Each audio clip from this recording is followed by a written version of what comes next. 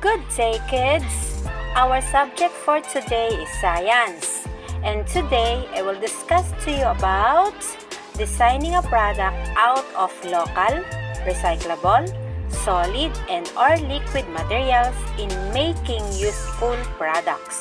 I am Teacher Lani. Most essential learning competencies: design products out of recyclable solid or liquid materials to make useful products. These skills will enable you to design products out of local, recyclable solid and/or liquid materials in making useful products. The waste that we generate per day is more than what landfills can accommodate. This is why some wastes are left uncollected in different places. Waste management refers to the practice of proper waste disposal. Waste management is implemented anywhere to clean the environment. The kind of waste management we follow nowadays is the 5 R's in waste management: reduce, reuse, recycle, repair, and recover.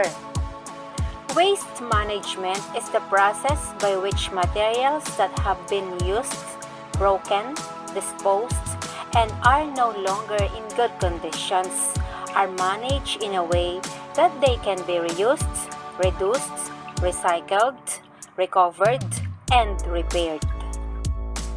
The ultimate goal of the 5 R's waste management is to free planet Earth from any kind of garbage, referred to as zero waste. Each R focuses on a way to achieve zero waste. Designing a product out of local, recyclable, solid, and/or liquid materials in making useful products is an application of waste management. With this technique, the 5 R's in waste management will also be applied, which is more on recycling. Why should we recycle? What benefits do we get from recycling? Recycling reduces the waste sent to designated dumping areas or landfills. It results in the conservation of our natural resources such as lumber, water, and other minerals. It also prevents pollution by reducing the need to collect new materials. Recycling the materials to a new product design produces waste as much as possible. Non-biodegradable materials such as plastic, metals, cans, and rubbers will be reduced through reusing and recycling. Recycling is one of the simple things that you can do, which results to a positive impact for the environment. Recycling is important to the natural environment and us. We must act fast as the amount of waste we create is increasing all the time. What items can and cannot be recycled?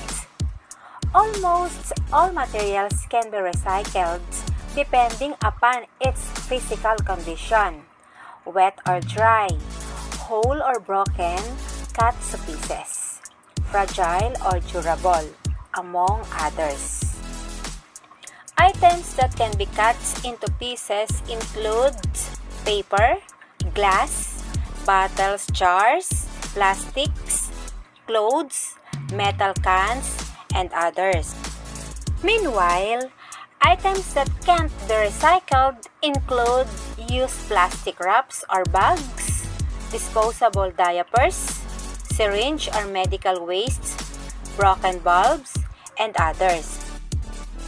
Waste segregation is important because it reduces the impact the waste has on the environment and also the health issues that can occur from improperly disposal of waste and toxins. Helps us organize the waste, and we can easily take the materials for the recycling and those materials applicable for the other 5 R's technique. It is important that we put the right things in the recycling bin. Recycling helps us save energy, water, sand, and trees. We should only put recyclable materials in the recycling bin, such as plastic bottles, plastic containers, cans, steel tins, glass bottles, paper, and cardboard. While we place in the biodegradable bin the organic wastes like vegetable peels and waste food that can be converted into manure by burying them in compost pit. Other bins include the non-recyclable hazardous for chemicals and medical waste. Make sure to read first the bin's labels before placing your trash or waste. So do the right thing and use the right bin. Learning task number 1. Directions. Fill in the blanks with the appropriate word or phrase. Choose your answer from the box below. Choices: design, useful, recycling, waste management, recyclable, and non-biodegradable. Designing a product out of local, solid, liquid materials in making blank. Products is an application of blank. With this technique, the 5 R's in waste management will also be applied. Recycling the materials to craft and design a new product reduces waste and prevents pollution in land, sea, and air. Blank waste materials such as plastics, metals, cans, and rubbers will be reduced through reusing and blank. Learning task number 2. In designing useful products, there are some steps and tips that you may follow to come up with rewarding results of your genuine effort and skills making new products out of local and used materials.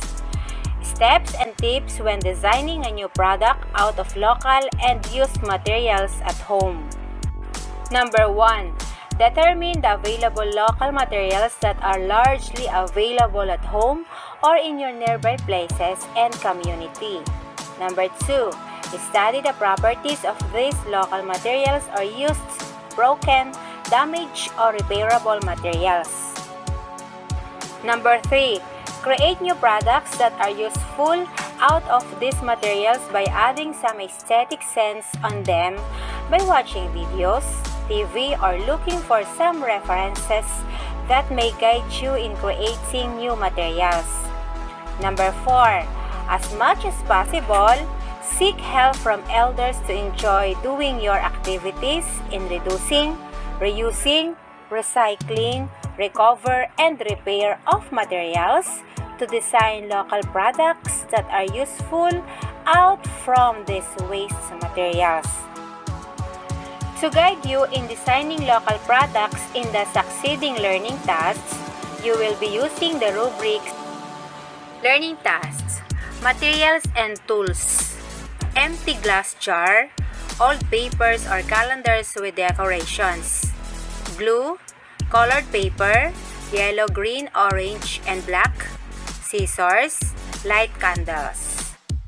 Steps: use glue to coat and wrap in your favorite colored paper into the outside of an empty jar. Number 2. Cut strips of green colored paper. Glue them around the top half of the jar. Number 3. Cut red and orange colored paper into circles. Glue them around the top half of the jar. Number 4. Cut 2 flower shapes in yellow colored paper. Stick them to the front and back of the jar opposite each other. Number 5. Cover the lip of the jar with a strip of green colored paper. Glue it to finish it off. And number 6. Place a tea light candle inside the jar. You are now ready to light them. Seek help from adults in this step. Thank you, kids, and have a good day. I am Teacher Lani.